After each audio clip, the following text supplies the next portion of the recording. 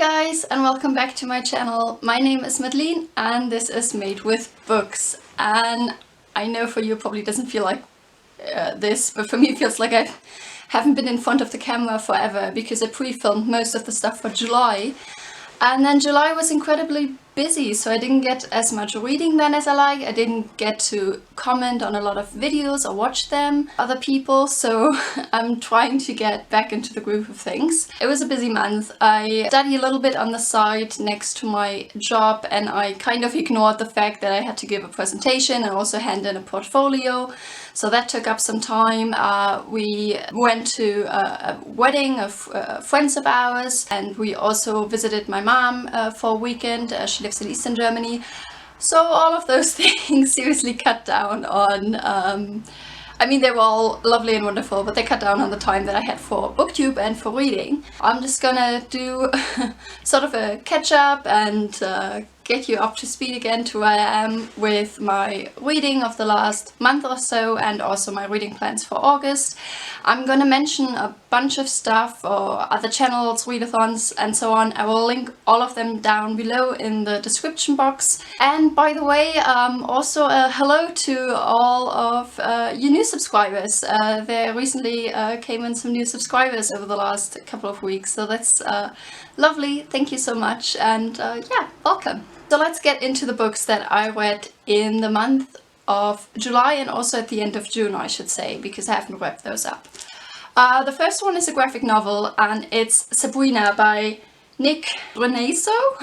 I'm sorry, I looked up how to pronounce the name, but I can't do it, so I hope I semi did it all right. This graphic novel is probably fairly well known.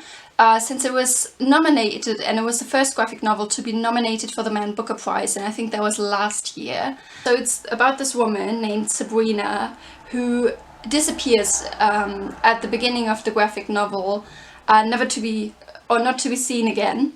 And we don't, as readers, see her anymore or find out what happens to her, which I don't think is giving too much away. And it's basically her boyfriend spiraling because of this. He moves in with a buddy he knew back in high school who works in the army. It's also showing how her sister deals with all this, and you get all these narrative bits coming from a radio station that spouts a lot of conspiracy theory. And it basically is sort of going into how people deal with that and how it affects the people around her. Also the fact that the conspiracy theorists are starting to doubt whether she even existed or whether she's just an actress or even really disappeared, and what that does to people. Now that sounds really interesting, right? But unfortunately for me this completely fell flat. I didn't like... The style is very simplistic, and while that can be nice, for me it just completely, sorry, it's a library book, so there's a slip from the library. It just completely fell short for me because of this. There's no discernible emotion in the people's faces. You always feel like you're on the verge of something, but then nothing ever really happens. And I get that that's partly the point, but it didn't strike me as interesting or great. Now, Zadie Smith called this a masterpiece, so obviously there's a lot of people who like this, but for me this was a big disappointment. I think there are a lot of graphic novels that are much, much better and that would have rather deserved to get that spot on the Man Booker long list, if anything. The next book I read was Null, Komma, Irgendwas by Lavinia Branişte. This is translated from the Romanian. The Romanian original is Zero Interior, and no, this has not been translated into English so far, so it's only available as far as I know in Romanian and German. The reason I read this is that the author stayed for 2 months in the state that I live in, and it's part of my work that we have authors visiting and staying here for a month or two, and I sort of like take care of them, make sure they have reading events scheduled and things like that. And so one of those events I moderated, so I obviously had to read the book for that. And so I'm a little biased because she was really, really nice. So I know her personally, and I obviously didn't have to pay for this book. I got it through work. I would say the translation has some flaws and it's not perfect, and I've spoken to some native speakers who read both languages, and they said the original is better. So just be aware of that. So this is basically the story of a woman in her early 30s who is working in an office. She studied translation in languages, but she's now in this office job where she does translation work, but she's not really happy. She compares herself to other friends from, or people she knew in high school who are much more successful than her. She is unhappy in this job, but she doesn't quit it. You have the difficult living situation in the capital Bucharest where this is set. Her trying to find an apartment to buy, she's renting, and it's a really wacky situation. She has a boyfriend of sorts, but it's long distance and they just talk every couple of months, and then you're like, are they really into each other? And her mother lives in Spain because she moved there to work there. And you have no likable characters in this, but this is quite funny. There's a lot of like this sort of snarky sense of humor that I really liked, so I did enjoy this. The next book I read was Still Alice by Lisa Genova. I have done a whole video about this book for my Dementia in Literature series, so you can check that one out if you're interested. I then read this tiny little book by Tomas Tranströmer. If you are familiar with the name, that's probably because he won the Nobel Prize for Literature a couple of years back. And the German translation was translated by Hans Grössel. The English one I didn't check, but it's called Memories Look at Me, a Memoir. And I would highly recommend this little book. This is just childhood memories of Tranströmer. It's about him going to school, about him getting lost in the city he lives in as a very young child. I think he was like 5 years old and finding his way back home and no adults helping him. And it's also his fascination with other countries and his imagination, his first writing attempts, writing poetry, clashing with teachers.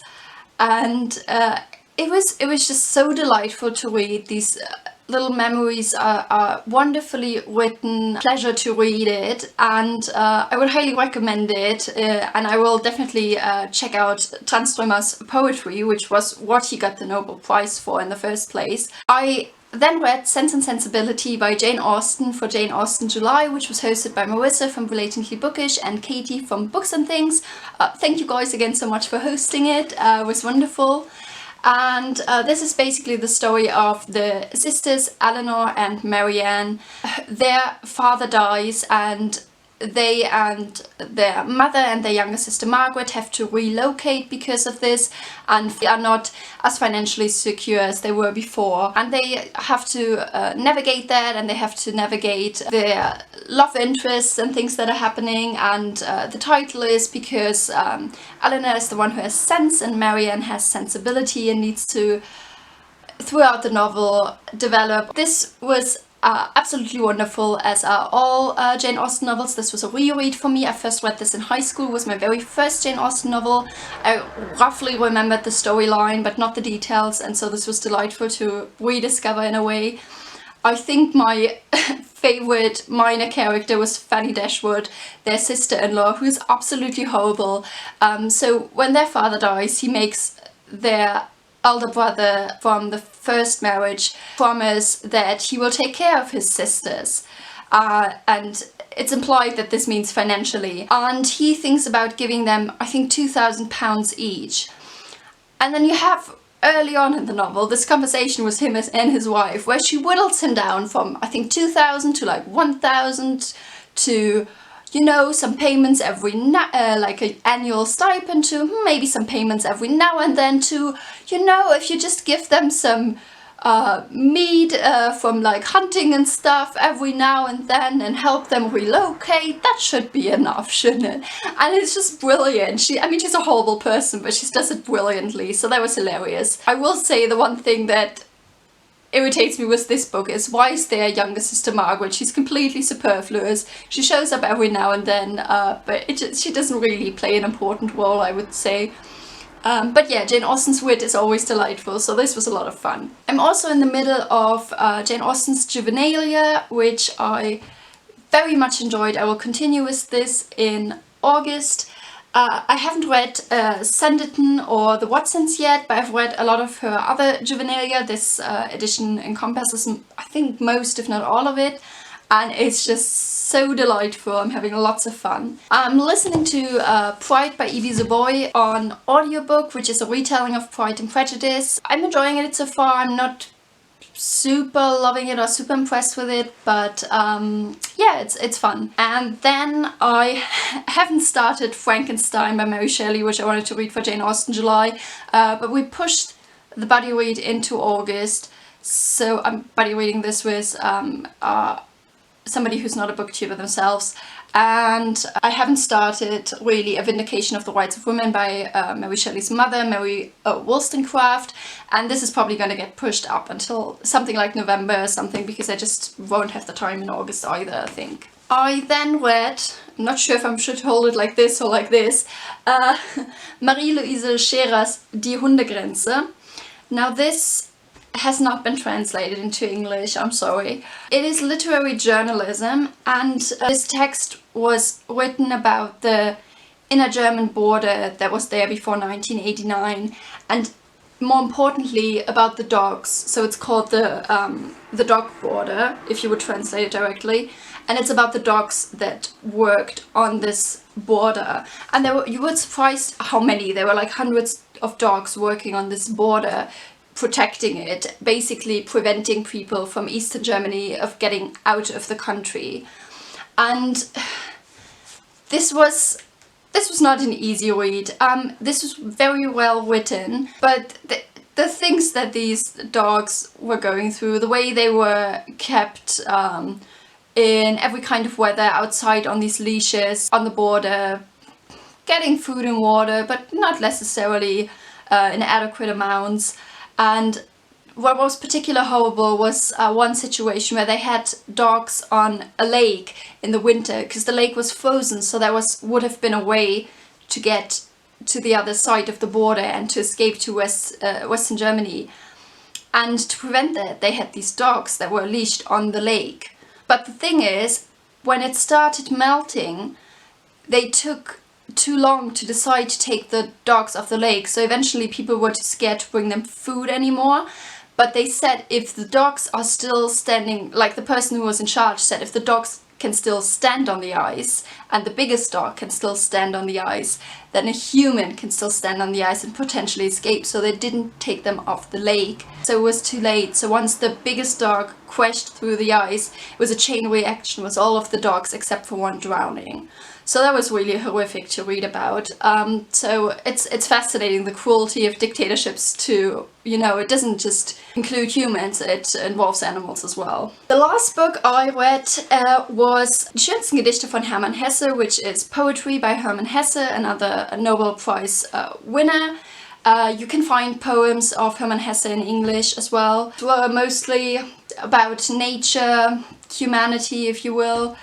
I have to say those were really disappointing for me. I thought they were trivial and trite. I had maybe like one or two poems in here that I really enjoyed more than, but on average these were really disappointing. I read Steppenwolf and Beneath the Wheel by Hermann Hesse when I was a teenager, and I loved those.